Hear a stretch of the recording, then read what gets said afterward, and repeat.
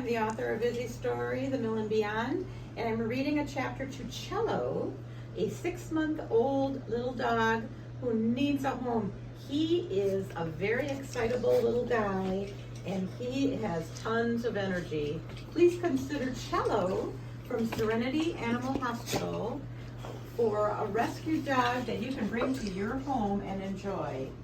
Here we go, chapter 11, and this seems to be going well. Turning to my sister Karen, I tentatively stated my optimism as we observed the interaction of Sophie, Jessie, and Izzy. I think we should take them inside, feed them, then bring them out again. Maybe Izzy will go potty after she eats.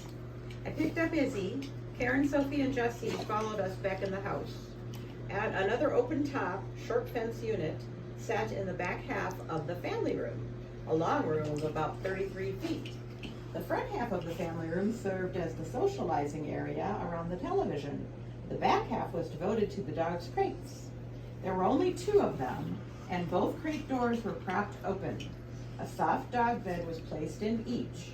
A large water bowl sat on the outside of the open crates. Everything rested on an area rug that covered a wood floor. The open-top fenced enclosure in the house differed from the setup in the yard by being placed around the 2 crates. It had been pulled tight to the backs of the crates and sloped out in a semicircle in the front.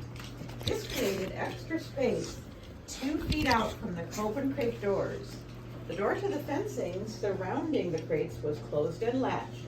I gently set Izzy inside the enclosure. Sophie and Jessie could not get to her. Karen, stay here with Izzy while I get their food ready.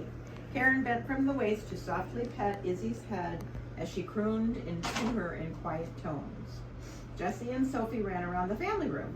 When I started prepping the food bowls, Jessie joined me in the kitchen, which opened to the family room and was a step up from the lower level of the television viewing area. The kitchen, which was half the length of the lower level, had a wall that blocked my view all the way back to the end of the family room where Karen, Izzy, and Sophie were. "How's it going in there?" I called to my sister. "Good." Karen paused, then said, "She's so quiet." "I know. I think she's fearful." Finishing up the loading of the bowls, I put Jessie's bowl down in the kitchen area. I walked Sophie's bowl out to the converted living room at the front of the house. I had decided some time ago that I needed a dining room more than a living room. I reasoned that since I had a family room, I did not need a living room. The dining room had a chandelier and a full-size table with 6 chairs. It also housed extra dog beds and a bow window with a window seat. The bow window seat was Sophie's favorite spot in the whole house. She ate in this room. Normally I supervised the eating because Jessie liked to finish his food, run over to Sophie, and wait for her to walk away from her unfinished bowl of food. He happily enjoyed finishing Sophie's food for her. I'm not going to worry about watching over Jessie and Sophie today. If he eats Sophie's leftovers, so be it. I took Izzy's food over to where Karen waited with her. Trying dry food to start, I watched as Izzy sniffed the bowl, took a couple tentative bites, and stopped eating. "Let's sit down on the couch and leave her alone," I suggested. "Maybe she'll eat when we aren't looking at her." 5 minutes later, I decided to mix soft dog food in with the crunchy for Izzy.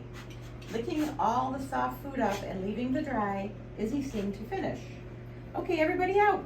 I picked up Izzy, and everyone trooped out to the backyard. "If you thought you were busy before," Karen remarked while walking behind me in the little rescue, "you're really busy now." If you're bored and lonely, you need this little doggy. Oh my goodness. Cello is just a sweetheart, but he is exuberant, so you do need to realize that. But he is so sweet and he needs a home.